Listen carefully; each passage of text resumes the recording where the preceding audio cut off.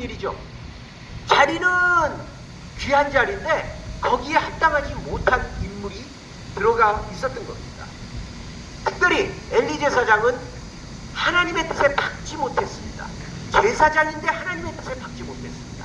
또 무엇보다도 자기 집안 가소를 제대로 정리하지 못했습니다. 그 아들들이 셋이 있었습니다. 아들 역시도 제사장이었습니다. 근데 그 아들들의 행습이 아주 못된 놈들이었습니다. 오늘 본문에도 말씀하고 있듯이 하나님 앞에 드려야 될 제사, 하나님께 바쳐야 될 제사를 자기 멋대로 탈취하여서 자기들이 가져가겠다라고 멋대로 제사도 드리기 전에 갈취하기도 하고, 그런 것들에 대해서 항의하는 사람들이 있으면 힘으로 억누르기도 하고, 또 뿐만 아니라 오늘 시간 관계상 읽지 않았지만 다른 본문을 보면 하나님의 제사를 함께 수종 들고 있던 여성 그 일꾼들을 함부로, 조금 더 뒤로 가세요. 네, 함부로 범하는, 취하는, 자기 멋대로 탈취하는, 물건을 탈취할 뿐만 아니라 사람들까지 탈취하는, 영혼까지도 갈취하는 그런 나쁜 짓을 저질렀습니다. 이 얼마나 큰 죄악입니까? 주변의 모든 사람들에게 다 전해졌습니다. 당연히 그 아버지 엘리 제사장의 귀에까지 들어갔습니다. 엘리 제사장도 그 소리를 듣고 분노했습니다. 그래서 아들들을 불러 모았습니다. 그리고 나름대로 훈계했습니다. 얘들아, 그러지 마라.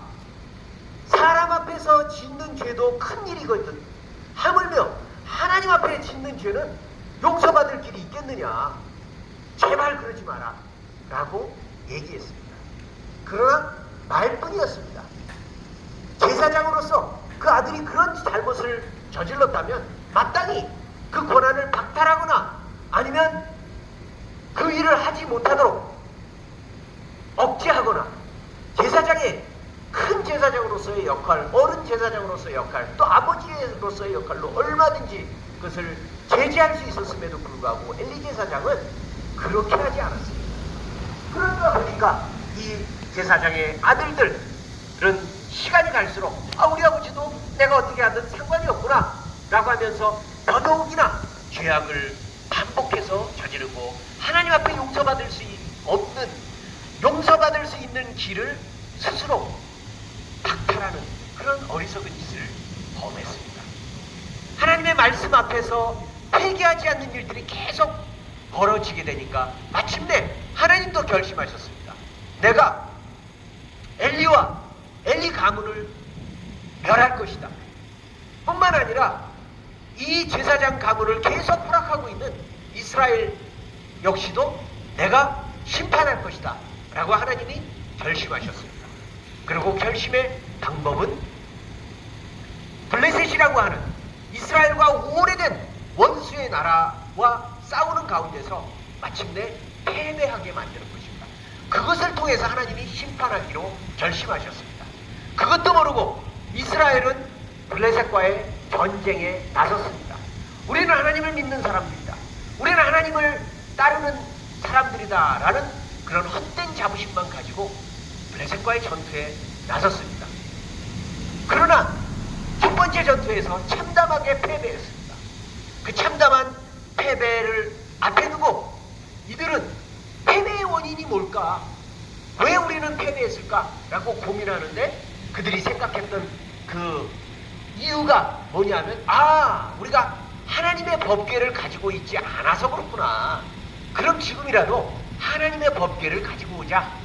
그래서 그때부터 하나님의 법궤를 가지고 와서 이제 싸우면 우리는 이길 것이다 라고 그렇게 헛된 자부심을 다시 갖습니다. 그리고 그 전쟁에 다시 임했습니다. 결과는 어떻게 됐을까요? 결과는 더 비참한 패배입니다. 더 비참한 패배일 뿐만 아니라 엘리 제사장의 그 못된 아들들 다 죽었습니다. 그 전쟁에서 다 죽었습니다. 그리고 그 소식을 전해 들은 엘리는 소식을 듣자마자 의자에서 넘어져서 즉사했습니다. 가문은 하나님의 약속대로 철저한 심판을 이스라엘은 블레셋과의 전투에서 패배했을 뿐만 아니라 하나님의 법궤까지 빼앗겼습니다. 여러분, 이런 일들이 왜 일어났을까요?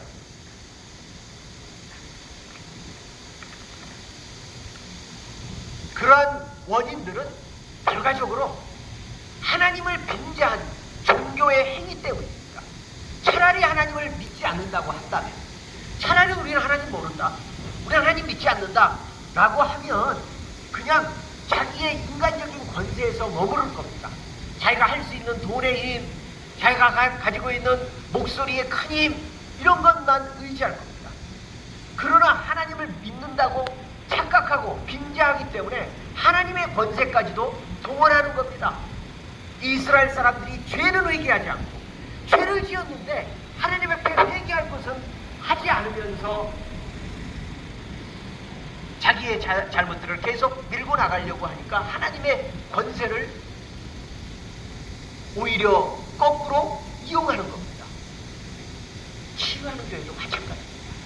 치유하는 교회도 마찬가지로, 김의식 목사도 마찬가지로 하나님 앞에서 범죄하고 있는 것을 알면서도 자기 스스로가 지금 죄악을 멈추지 않을 뿐만 아니라 온 교회를 선동하여서, 심지어는 이 큰 교단, 한국교회에서 가장 큰 교단이고 영향력 가장 큰 통합축교회까지 동원해가면서 함께 망하겠다고, 엘리와 엘리 제사장들이 자기만 죽지 않고 이스라엘 백성들을 다 멸망으로 끌고 갔던 것처럼 자기만 멸망하지 않고 함께 망하겠다고 저렇게 교단까지도 끌고 가고 있는 이 참혹한 일들이 벌어지고 있는 것입니다.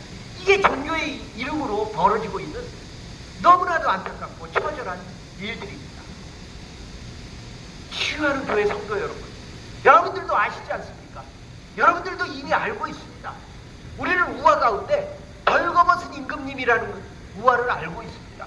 모든 사람들은요 이미 다 임금님이 벌거벗었구나, 빨개 벗었네, 아이고 부끄러워라, 다 알고 있습니다. 그럼에도 불구하고 아이고 내 입으로 말 못해, 아이고 저 사람은 임금인데 나한테 무슨 해코지라도 오면 어떡하겠냐 라는 그 마음으로 그냥 말하지 않을 뿐만 뿐이지 사실은 누구나 알고 있습니다. 아이고 우리 임금이 벌거벗었네. 여러분들도 다 알 겁니다. 김의식 목사가 얼마나 큰 하나님 앞에서 또 세상에서 부끄러운 범죄를 저질렀는지 다 알고 있습니다. 다 그렇게 믿고 있어요. 그래 평소 행실도 그랬다 알고 있지만 그럼에도 불구하고 웬일인지 벌거벗었습니다 라고 말하지 않습니다. 여러분들 함께 망할 겁니까? 김의식 목사와 함께 망할 겁니까? 부끄러운 일을 멈추십시오. 끝내야 됩니다. 여기까지 온 것도 지겹습니다. 이제는 멈춰야 됩니다. 김의식 목사 스스로 먼저 결단하십시오. 그 직이 오래 견딘다고 해봐야 마침내 쫓겨날 겁니다. 김의식 목사 멈추십시오. 내려오십시오. 회개하십시오. 물러나십시오. 인정하십시오. 뿐만 아니라 치유하는 교회 더 이상 두고 보지 마십시오. 당회, 재직회, 또 우리 모든 성도들 들고 일어나서 김의식 목사에게 물러나라고 요구하시고 또 물러나도록 영향력을 행사하십시오. 그것만이 우리가 하나님 앞에 부끄럽지 않고 함께 살 수 있는 하나님의 길입니다. 이것 외에는 없습니다. 하나님께서 주신 마지막 기회 선용하시기 바랍니다. 환영하시기 바랍니다. 때가 얼마 남지 않았습니다. 하나님은 오래 참으시지만 끝까지 참으시지 않습니다.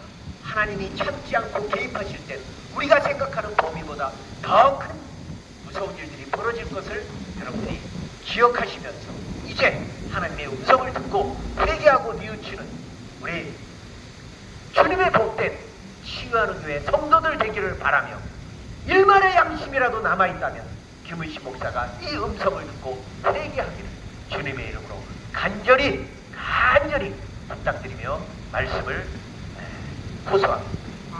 기도하겠습니다.